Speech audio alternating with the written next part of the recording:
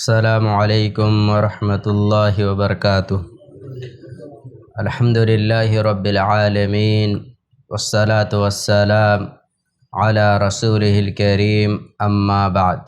قابل احترام دین و میلی بھائیوں، اللہ رب العالمین نے ہمیں اس دنیا کے اندر اپنی بندگی اور اپنی عبادت کے لیے پیدا کیا ہے، اور ایک مومن اور مسلمان کا اصلی مقصد یا اصل مقصد یہ ہونا چاہیے کہ اس کا رب اس سے راضی ہو جائے۔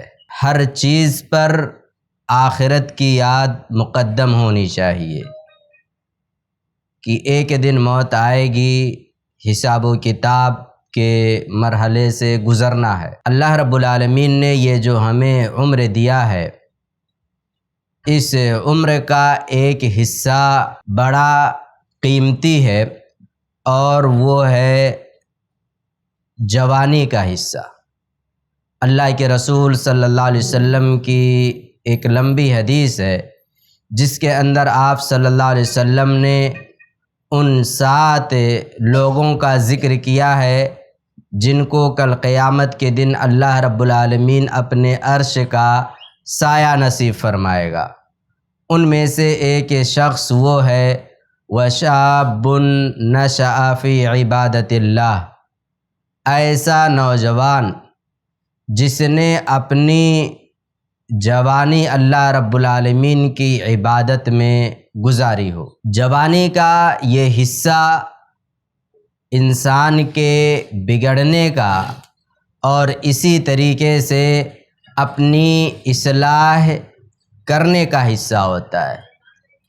عمومی طور پر عمر کے اس حصے میں نوجوان بھٹک جاتے ہیں اور طرح طرح کے گناہ کے کاموں میں مبتلا ہو جایا کرتے ہیں، کیونکہ عمر ہی ایسی ہوتی ہے۔ لیکن ہماری شریعت کہتی ہے کہ اس عمر میں عبادت زیادہ کیجیے، اس عمر میں اللہ رب العالمین کی عبادتوں کا اہتمام زیادہ ہونا چاہیے۔ کیوں؟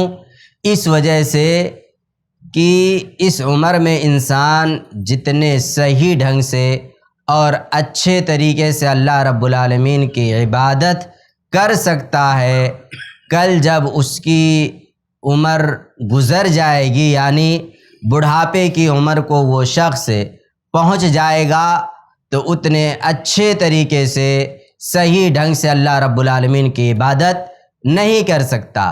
لیکن ہم ہیں کہ جوانی کی عمر کو ضائع کر دیتے ہیں، اللہ رب العالمین کی عبادتوں میں نہ لگا کر کے بلکہ سیر و تفریح اور اسی طریقے سے لایانی چیزوں میں، کاموں میں ضائع کر دیتے ہیں۔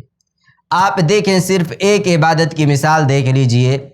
انسان جوان ہوتا ہے، ایسے عالم میں نماز میں وہ رکوع، سجدہ، قیام، ساری چیزیں کتنے صحیح طریقے سے اور رسول اکرم صلی اللہ علیہ وسلم کے بتلائے ہوئے طریقے کے مطابق انجام دے لیتا ہے۔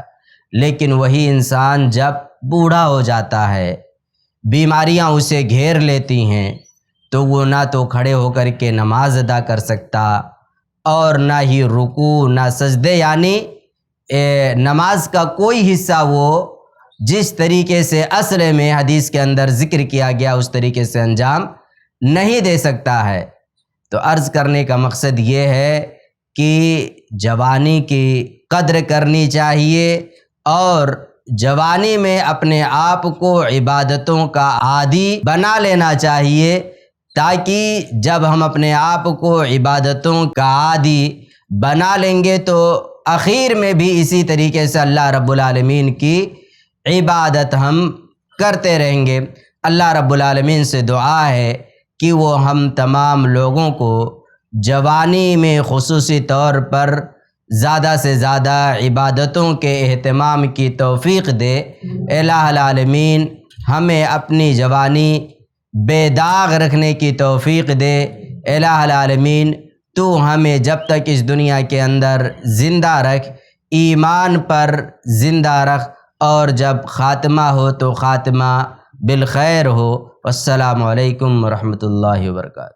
ایسے ہی فائدہ مند اسلامک ویڈیوز دیکھنے اور منہج سلف پر کتاب و سنت کی تعلیمات کو عام کرنے میں ہمارا تعاون کریں، تاکہ آپ کے لیے ذریعہ نجات، جنت کے حصول کا سبب، ساتھ ہی مال میں برکت و اضافے کا ذریعہ بھی بنے۔ آمین۔ جزاک اللہ خیرن۔